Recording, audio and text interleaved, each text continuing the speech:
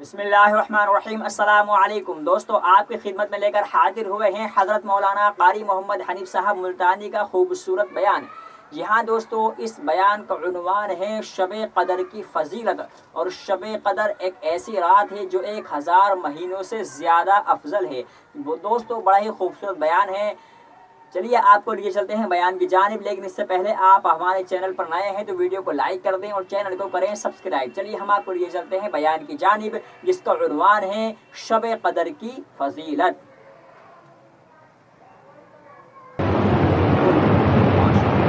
آج جو لوگ مانگ رہے ہیں، جو لوگ اللہ کے ذکر میں بیٹھے ہیں، یہ پاگل نہیں، یہ دیوانے نہیں۔ ارشاد مدنی کریم صلی اللہ علیہ وسلم کا اسی رات کے بارے میں فرمایا، اللہ پاک جبریل امین کو حکم دیتے ہیں، جھنڈا لے کر دنیا میں چلے جاؤ، لاکھوں کروڑوں فرشتوں کو ساتھ لے جاؤ، ہر گھر میں جاؤ، ہر دعا کرنے والے کی دعا پہ آمین کہو، جہاں جا میرے نیک بندے موجود ہیں، اور جبریل ان سے مصافحہ کر۔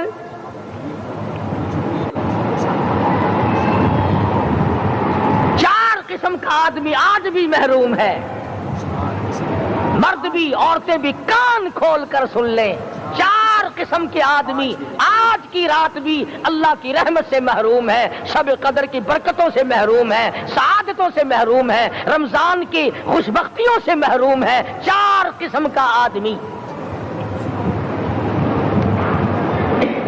سب سے پہلا شرک کرنے والا، اللہ کی ذات میں صفات میں کسی ولی کو، کسی پیر کو، کسی فقیر کو، کسی پیغمبر کو، کسی غوث قطب اور ابدال کو جو شریک کرتا ہے، نہ اس کو شب قدر کام آتی ہے، نہ رمضان کام آتا ہے۔ شرک اتنی بری لعنت ہے کہ تمام اعمال کی جڑیں اکھاڑ کر پھینک دیتا ہے۔ آج مسلمان چلاک بڑے ہیں، اگر ہندو پتھر کا بت بنا کر پوجے تو وہ تو کافر ہے، اور مسلمان قبر بنا کر پوج لیں تو وہ پکا مومن ہے۔ الف لام میم سے لے کر والناس تک سارا قرآن پڑھو، ترجمے چھپے ہوئے ترجموں کے قرآن پڑھو۔ فرمایا لا تشرک باللہ، اے معاذ اللہ کی ذات و صفات میں کسی کو شریک نہ بنانا۔ ان قتلتا او حرقتا، یہاں تک کہ تجھے چاہے جلا دیا جائے یا قتل کر دیا جائے، جلا کر خاک کر دیا جائے، اللہ کی ذات صفات میں کسی کو شریک نہ بنانا۔ اور یہی مفہوم ہے لا الہ الا اللہ محمد الرسول اللہ صلی اللہ علیہ وسلم کا۔ فاران کی چوٹیوں پہ کھڑے ہو کر کالی کملی والے صلی اللہ علیہ وسلم نے جو سب سے پہلا خطبہ دیا، جو سب سے پہلا نرالا خطبہ دیا، وہ یہی تھا لا الہ الا اللہ، اللہ کے سوا معبود کوئی نہیں، پوجا کے قابل کوئی نہیں، نظر نیاز کے قابل کوئی نہیں، حاجت روا کوئی نہیں، مشکل کشا کوئی نہیں، تیری میری فریاد سننے والا کوئی نہیں، ایک اللہ کی ذات ہے۔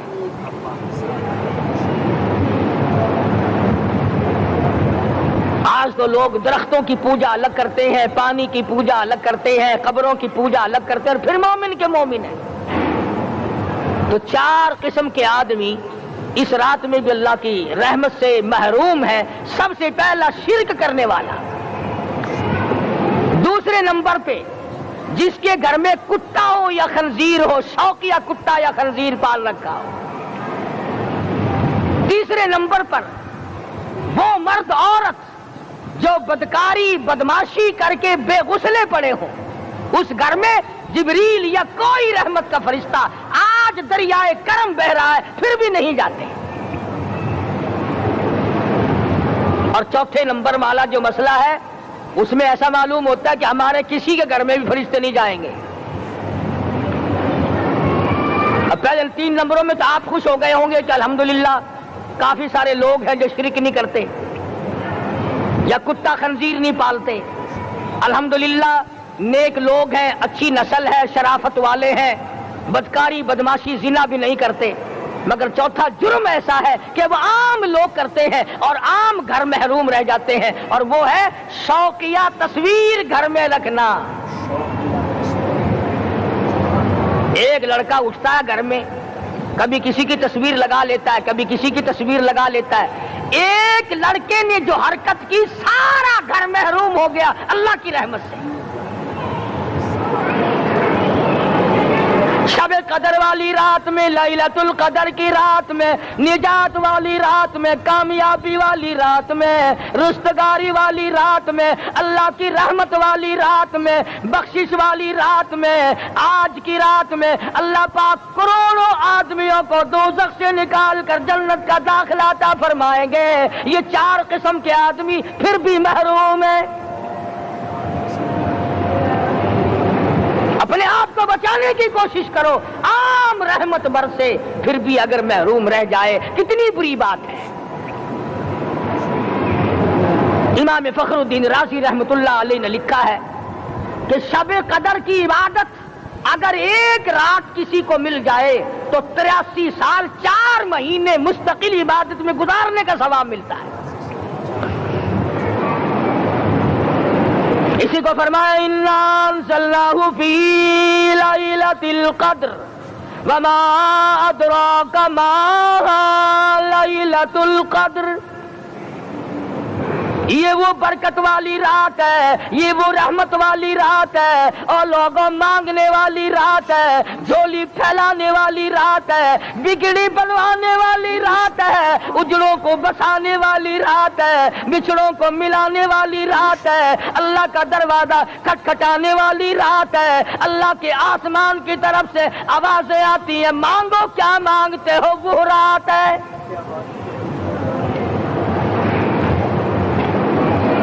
اب نبی کریم صلی اللہ علیہ وسلم کی زبان مبارک پر اگر کوئی یقین نہ کرے تو اس کا کیا علاج ہے؟ صحابہ کرام کو تمام چیزوں پہ یقین تھا، اس لیے قرآن نے ان کی گواہی دی اِذْ جَاءُوكُم مِّن فَوْقِكُمْ وَمِنْ أَسْفَلَ مِنكُمْ وَإِذْ زَاغَتِ الْأَبْصَارُ۔ سبحان اللہ، سبحان اللہ۔ وَبَلَغَتِ الْقُلُوبُ الْحَنَاجِرَ۔ فرمایا کہ صحابہ کے سانس گلے میں اٹک گئے تھے، پیاس اور بھوک کی وجہ سے میدان جہاد میں کھڑے تھے، پریشان حال تھے، مگر پھر بھی اتنا مضبوط ایمان تھا، کہتے تھے وَمَا زَادَهُمْ إِلَّا إِيمَانًا وَتَسْلِيمًا، ہمارا نبی سچا، ہمارا خدا سچا، ہمارا قرآن سچا۔ بے شمار واقعات قرآن کریم پیش کرتا ہے صحابہ کرام کے کہ انہوں نے اپنی زندگی میں کبھی بھی اس قسم کا کام نہیں کیا جو جس سے اسلام بدنام ہوتا ہو۔ حضرت امیر معاویہ رضی اللہ تعالیٰ عنہ کاتب وحی قرآن کا منشی، اتنا سچا عاشق تھا، اتنا بڑا دیوانہ اور پروانہ تھا، صلح حدیبیہ والے دل جو مدنی کریم صلی اللہ علیہ وسلم کے منہ مبارک، بال مبارک ہاتھ آئے، حضور کے ناخن ہاتھ آئے، آخری وقت میں وصیت کی جب مجھے غسل دے کر فارغ ہو جاؤ، جب کفن پہنا چکو، جب میرا منہ کفن میں چھپانے لگو، میرے آقا کے ناخن اور بال میرے آنکھوں پہ رکھ دینا۔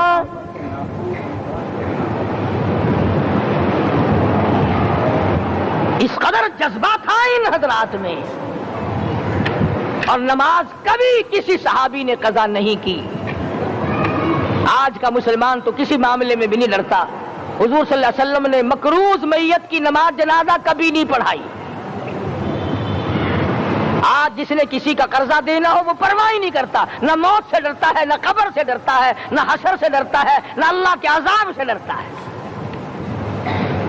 جب بھی کوئی مر جاتا حضور اکرم صلی اللہ علیہ وسلم تشریف لاتے، پہلے پوچھتے اس کے ذمے کسی کا قرضہ تو نہیں، یا کوئی ضامن بنتا، اور یا خود حضور صلی اللہ علیہ وسلم فرماتے کہ میں قرضہ ادا کروں گا، پھر آپ جنازے کی نماز پڑھایا کرتے تھے۔ اتنے بڑے جذبے کے مالک تھے صحابہ اکرام کہ انہوں نے کسی موڑ پہ بھی حضور صلی اللہ علیہ وسلم کو یوں خالی نہ چھوڑا، تنہا نہ چھوڑا، آپ کے ساتھ نہ چھوڑا، قرآن کریم کے حکموں کی کبھی بھی خلاف ورزی نہ کی۔ یہی وجہ تھی کہ اللہ پاک نے ان کو پوری دنیا کا مالک بنایا. کابل سے لے کر طرابلس تک کا علاقہ صحابہ کرام نے تمہیں فتح کر کے دیا. اور ظالم مسلمانوں، آج صحابہ نے جو علاقے تمہیں فتح کر کے دیے تھے، آج وہاں کفر دندنا رہا ہے. تم نے کفر کے جھنڈے لہرائے، تم نے کفر کے حوالے کیا مسلمانوں، اور پھر تان صحابہ پہ کرتے ہو.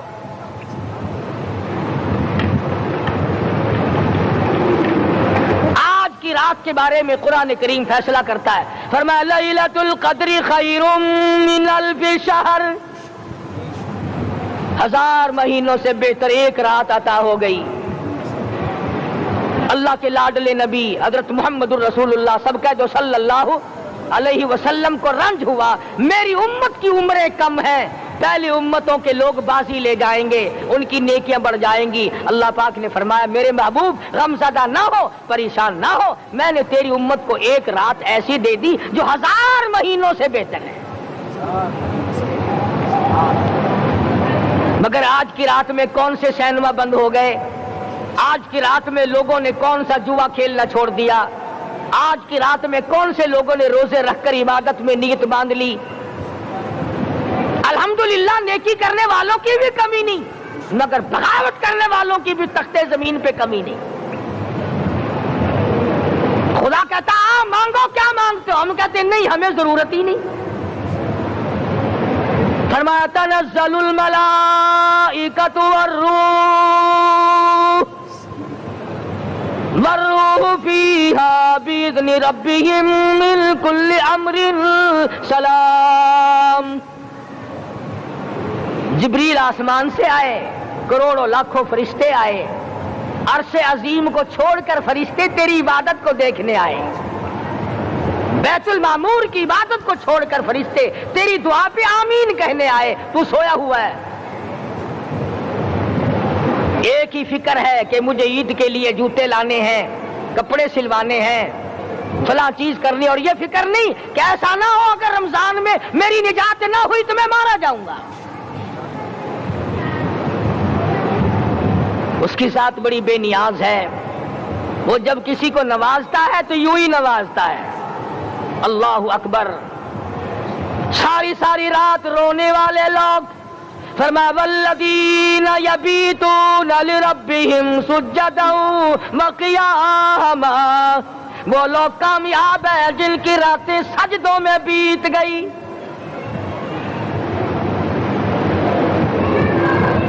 ان مسجدوں میں ہم سے قرآن نہیں پڑھا جاتا، پنکھوں کے نیچے قرآن نہیں پڑھا جاتا. مولانا حسین احمد مدنی اور حضرت شیخ الہند رحمت اللہ علیہ نے قاہرہ کے جیل خانے میں 18 سیر مکئی پیستے پیستے خدا کا قرآن پڑھا. چکی چلاتے چلاتے قرآن یاد کیا اور قرآن پڑھا. مولانا ابوالکلام آزاد نے رانچی جیل میں خدا کا قرآن پڑھا. مجدد الفسانی نے گوالیار کے جیل خانے میں خدا کا قرآن پڑھا. دلی کے چاروں طرف 4000 عربی مدرسے تھے، 4000 عربی مدرسے تھے. انگریز سے مقابلہ کیا علماء نے، اللہ والوں نے. کفر کے سامنے سر جھکایا نہیں، کفر کے سامنے ڈرے نہیں، مرعوب نہیں ہوئے، مغلوب نہیں ہوئے. 4000 مدرسوں میں سے دلی سے مراد آباد تک، دلی سے پانی پت تک، دلی سے لے کر غازی آباد تک، چاروں طرف کے علاقے میں کوئی درخت ایسا نہ تھا جس پہ کسی عالم دین کی لاش نہ لٹکی ہو.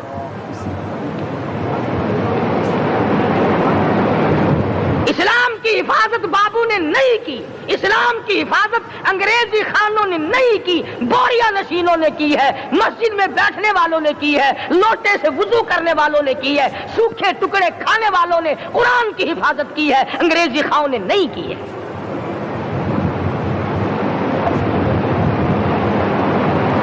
مولانا جعفر تھنیسری رحمت اللہ علیہ، مولانا حمید اللہ، مولانا یحییٰ صورت والے، 3 عالم دین کو پکڑا ہے انگریز نے. کالے پانی میں جاؤ، کئی میل لمبا چوڑا قبرستان جا کے وہاں دیکھو گے اور ان کی قبروں کے پاس کھڑے ہو کے پوچھنا تم یہاں کیوں آئے تھے، خدا کی قسم سارے تمہیں جواب دیں گے ہم اپنی قوم کے ساتھ وفاداری کرتے ہوئے آئے ہیں.